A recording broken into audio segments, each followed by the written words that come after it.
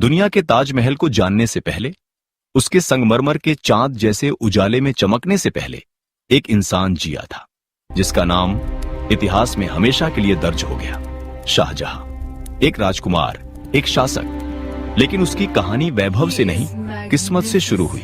शाहजहां, जिनका जन्म नाम खुर्रम था, 1592 में जन्मे। उनके पिता जहांगीर थे और माता जगत गोसाई। बचपन से ही उनकी प्रतिभा, आकर्षण और कठोर परिश्रम सबने देखा।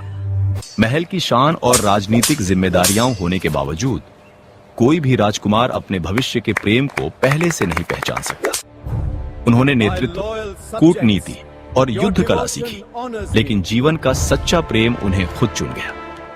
1607 में शाहजहां की मुलाकात अर्जुमंद बानो बेगम से हुई, जिन्हें आगे चलकर मुमताज महल कहा गया। महल की चुनी हुई, वह बुद्धिमान, सुंदर और करुणामयी थी। उनकी आंखों में शाहजहां ने अपनी आत्मा की परछाई देखी। दरबारियों ने कहा, राजकुमार ने केवल पत्नी नहीं, बल्कि जीवन साथी को पाया है।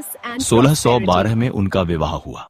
यह सत्ता या पद का नहीं, बल्कि सच्चे प्रेम का मिलन था। 20 वर्षों तक शाहजहां और मुमताज महल प्रेम, विश्वास और साझेदारी के साथ जिए।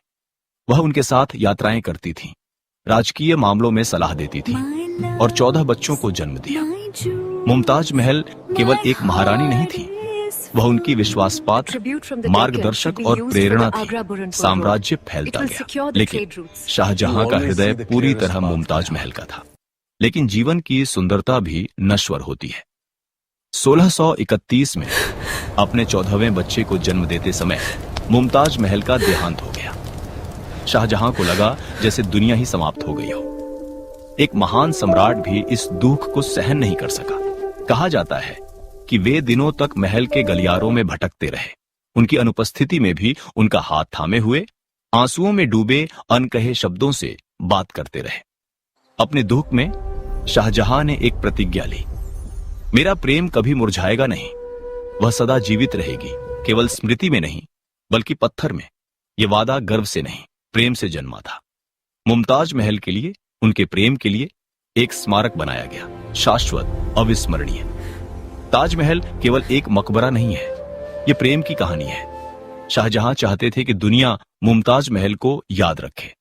संगमरमर, प्रतिबिंब, जल, सब कुछ इस तरह रचा गया कि वह अनंत काल तक जीवित रहे।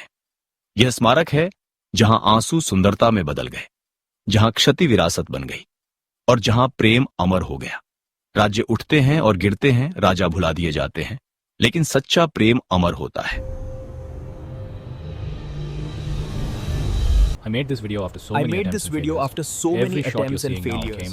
Every shot you're seeing now came after a lot of trial and error. This, like and subscribe to support me. I worked hard till the very end.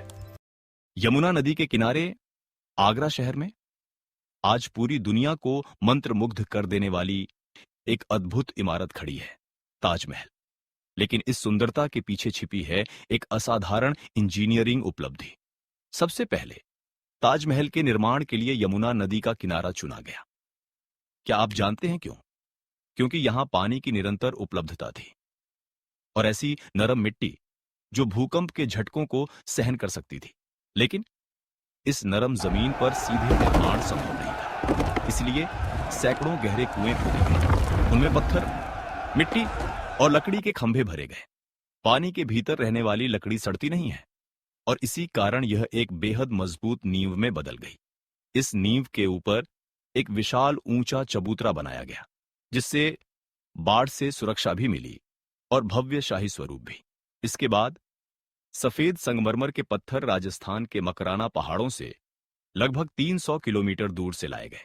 इसके लिए हजारों हाथी और हजारों मजदूरों ने दिन रात मेहनत की।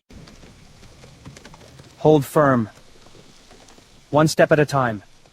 दुनिया के अलग अलग देशों से कीमती रत्न मंगवाए गए। चीन से जेड, अफगानिस्तान से लैपिस लाजुली, तिब्बत से फिरोजा, श्रीलंका से नीलम। मुख्य मकबरे के निर्माण में बांस नहीं, बल्कि ईंटों के विशाल मचान बनाए गए। मुख्य गुंबद की ऊंचाई 73 मीटर। न कोई स्टील, न कोई आधुनिक मशीनें, पत्थरों को एक दूसरे में फंसाकर जोड़ दिया गया। लोहे के क्लैंप्स को पिघले हुए शीशे से ढक दिया गया ताकि वे कभी झंग न पकड़े। ताजमहल में दोहरी गुंबद संरचना है। अंदर का गुंबद सटीक आकार और संतुलन के लिए, बाहर का गुंबद भव्यता और ऊंचाई दर्शाने के लिए। इससे वजन कम हुआ और संरचना और भी मजबूत बन गई। 4 मीनारें थोड़ी बाहर की ओर झुकी हुई बनाई गईं, क्योंकि यदि कभी भूकंप आए तो वे मुख्य मकबरे पर गिरने के बजाय बाहर की ओर गिरे।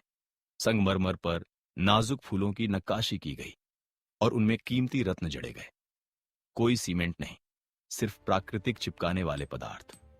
हर फूल हाथों से तराशा गया एक बेजोड़ कलाकृति है।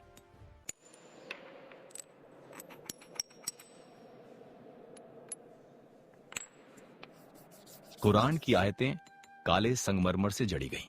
जैसे जैसे ऊपर जाते हैं अक्षर बड़े होते जाते हैं, लेकिन नीचे से देखने पर सब एक ही आकार के लगते हैं।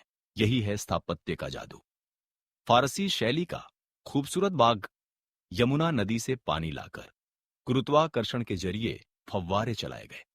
इस पूरे निर्माण में 22 वर्ष लगे। 20,000 से अधिक कारीगरों और मजदूरों ने काम किया, बिना किसी आधुनिक मशीन के, सिर्फ मानव परिश्रम, गणित और इंजीनियरिंग के दम पर। ताजमहल अंततः पूरा हुआ।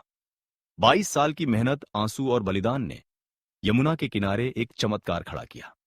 जब आखिरी पत्थर भी रख दिया गया तो सभी कलाकार विदा हो गए। एक ऐसा स्मारक बन गया जिसे पूरी दुनिया ने देखा और सराहा। लेकिन शाहजहां के लिए यह खुशी का क्षण नहीं था। यह उसके जीवन में आई सबसे बड़ी पीड़ा थी। वह दुनिया पर राज करने वाला सम्राट था, फिर भी उसने अपने जीवन की अर्थपूर्ण मुमताज को खो दिया था। ताजमहल के निर्माण के बाद शाहजहां बदल गया। पहले जैसा उत्साह उसके भीतर नहीं रहा। मुमताज की यादें हर दिन उसके मन में गूंजती। उनके साथ बिताए दिन, उनके द्वारा दिए गए सुझाव, सिंहासन के पास उनके साथ बिताए पल, सब उसकी यादों में तैरते रहे। वह अक्सर ताजमहल जाता, कभी शांति से बैठता, कभी ऐसा लगता जैसे मुमताज अभी भी जीवित है और उससे बात कर रही हो। बाहरी दुनिया में उसकी सत्ता मजबूत थी, लेकिन अंदर से सम्राट धीरे धीरे टूट रहा था। समय बीता, शाहजहां बूढ़ा हो गया, शरीर और मन दोनों कमजोर हो गए।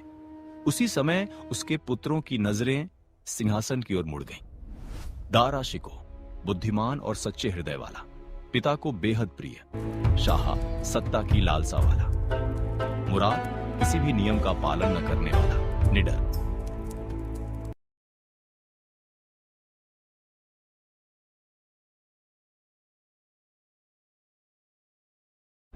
लेकिन औरंगजेब शांत और चुप रहने वाला। उसने ज्यादा बात नहीं की, लेकिन उसके मन में केवल एक ही लक्ष्य था, सत्ता। 1657 में खबर आई कि शाहजहां गंभीर रूप से बीमार हो गया है। यह खबर पूरे साम्राज्य में हलचल मचा गई। हर पुत्र ने खुद को राजा घोषित किया। भाई एक दूसरे के विरोधी बन गए।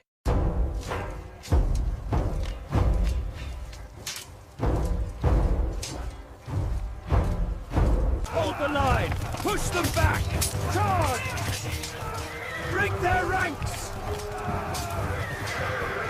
परिवार बिखर गया, युद्ध शुरू हुआ, खून बहा, सत्ता के लिए रिश्तों को भुला दिया गया। औरंगजेब धीरे धीरे और सटीक तरीके से आगे बढ़ा। उसने मुराद को धोखा देकर परास्त किया।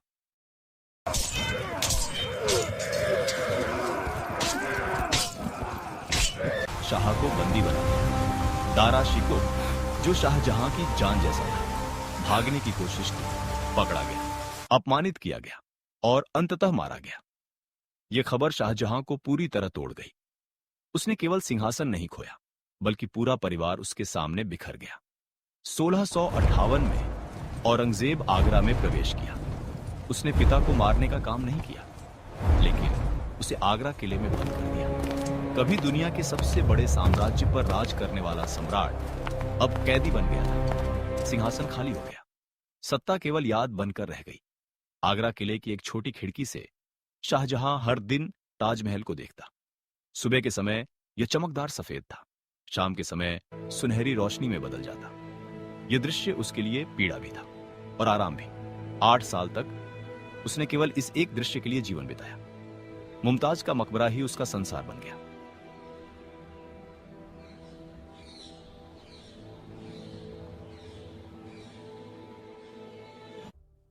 (1666) में शाहजहां का शरीर और मन सहन नहीं कर पाए। न कोई शाही सम्मान, न कोई ढोल नगाड़े। शांतिपूर्वक एक सम्राट ने दुनिया से विदा ली। औरंगजेब ने आदेश दिया कि उसके पिता को मुमताज के पास ही दफनाया जाए। शाहजहां अब सम्राट नहीं, एक प्रेमी बनकर उसके पास आराम करने आया।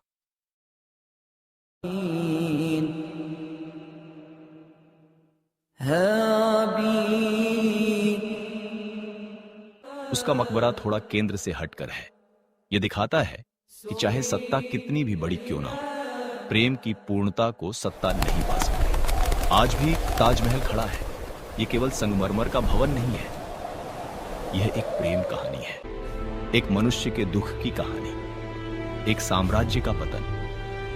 यह धीरे धीरे दुनिया को सच बताता है। साम्राज्य मिटते हैं, सत्ता खत्म होती है, लेकिन सच्चा प्रेम समय को पार करके जीवित रहता है।